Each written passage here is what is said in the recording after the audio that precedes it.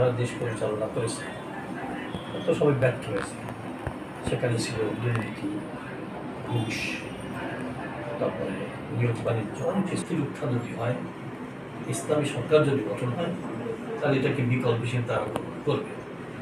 তার সাধারণ মানুষের মধ্যে এই উচ্ছ্বাস যখন লক্ষ্য করেছে, ইসলামী হলো বাংলাদেশের মতামত আমি আগেই ঘোষণা দিয়েছি যে আমরা ইসলামের পক্ষে একটা বাক্স পাঠাবো, এই শব্দটা ব্যবহার করেছি, একটা বাক্স পাঠাবো, অর্থাৎ একটা আসনে ইসলামী দলের একজন প্রার্থী থাকবে আর অন্য যারা থাকবে তারা সহযোগিতা করবে।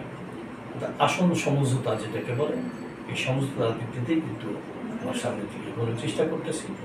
আলোচনা সবার সাথে হয়েছে এবং আলোচনা চলমান, আলোচনা অগ্রগতি হয়েছে। বেশি দেরি হবে না, অল্প দিনের মধ্যে একটা ঘোষণা দেশবাসী জানতে পারবে যে আমরা সমঝোতার ভিত্তিতে কীভাবে এগুচ্ছি এবং কীভাবে নির্বাচনে যাব। দেশের রাজনীতির ইতিহাস পাওয়া জানে, জোট যত বড় হয়েছে নতুন নতুন দল সৃষ্টি হয়েছে। আমরা এর থেকে এড়াতে চাই। আমরা যে শব্দটা ব্যবহার করছি সমঝোতা, আসন সমঝোতার মাধ্যমে আমরা ইসলামী দলের পক্ষের থেকে একটাই বাক্স যাবে এমন একটা সিদ্ধান্ত আমরা নিয়েছি। চেষ্টা এবং আলোচনা চলমান, অতি শীঘ্রই আমরা আনুষ্ঠানিক ঘোষণা দিতে পারবো এতটুকু। জোট বা ঐক্যের কথাটা আসলে তখন আদর্শের বিষয়টা সামনে আসে, কিন্তু আদর্শের বিষয়ে অনেক বিতর্ক ছিল, এখনও আসে। এর থেকে বাঁচার জন্য আমরা এই জোট বা ঐক্য শব্দটা আনতেছি। যার যার অবস্থানে থাকবে, ইসলামের নামে যারা রাজনীতি করে দেশে, তারা সমঝোতার ভিত্তিতেই একটা আসনে একজন প্রার্থী দিবে, একটা বাক্স যাবে। এটা আমরা নিরাপদ মনে করতেছি, এ নিয়ে কোনো বিতর্ক হবে বলে মনে হয় না।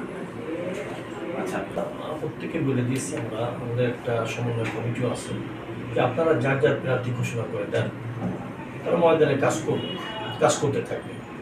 যখন নির্বাচনের শিডিউল ঘোষণা হবে অথবা তার আগে আমরা বুঝব কোন আসনে কাকে দিলে বিজয়ের সম্ভাবনা আছে, সাংগঠনিক মজবুতি আছে, জনসমর্থন আছে। এটা দেখে দেখে সেখানে আমরা একে অপরকে ছাড় দিয়ে বিবেচনার ভিত্তিতে আমরা সেখানে রাখি। প্রশ্ন আসলে বা সমঝোতার প্রশ্ন আসলে কিছু প্রশ্ন সবারই থাকে, স্পষ্ট হচ্ছে উদ্দেশ্য কারো খারাপ এটা বলা যাবে না। তারা স্পষ্ট হওয়ার জন্য মাঝে মধ্যে কিছু কিছু বিষয়ে আলোচনা আনে এবং আমরা তার উত্তর দেওয়ার চেষ্টা করি। তবে সন্তুষ্ট সবাই যে আমরা এমনভাবে এগোতে চাই, এক কদম এগুলো তো এক কদম পিছাবে না, যতটুকু হয় সামনে বাড়বো, মন্থন গতি হোক, কিন্তু এরপরে যে পিছতে না পড়তে পিছনে না আসতে। এই জন্যে যাদের যে প্রশ্ন সেটা আমরা সব বিশ্লেষণ করে থাকি। আমাদের মাসের মধ্যে আগামী 29 তারিখে বৈঠক আছে, গত মাসে বৈঠক হয়েছিল এবং পর্যায়ক্রমে বৈঠক হতে থাকবে। কারো কিছু জানার বুঝার থাকলে সেখানে বিশ্লেষণ, যার সবাই যখন একমত হয়ে যায় তখন আমরা পরবর্তী মিটিংয়ের ঘোষণা করি। এবার চলতেছে হৃদ্যতাপূর্ণ পরিবেশে, আমার খুব কাছাকাছি অবস্থা নিচ্ছি এটা বলতে পারি। আগামী ঘোষণার পরিবেশটা এখন পুরোপুরি হয়নি, তো এই জন্য একটা আনুষ্ঠানিক ঘোষণা নাও দিতে পারি, কিন্তু যেহেতু জাতীয় নেতৃবৃন্দ থাকবেন ওখানে, আমাদের ইসলামী দলের প্রত্যেক দলের থেকেই নেতৃবৃন্দ থাকবেন, তাদের বক্তব্যের মধ্যে আবার সীমিত অনেকটা মনে বুঝতে পারবে যে আমরা কাছাকাছি এগিয়ে গেছি, অনেকটা আমাদের কাজ সমাপ্তির থেকে এগিয়ে সেটা বুঝতে পারবে।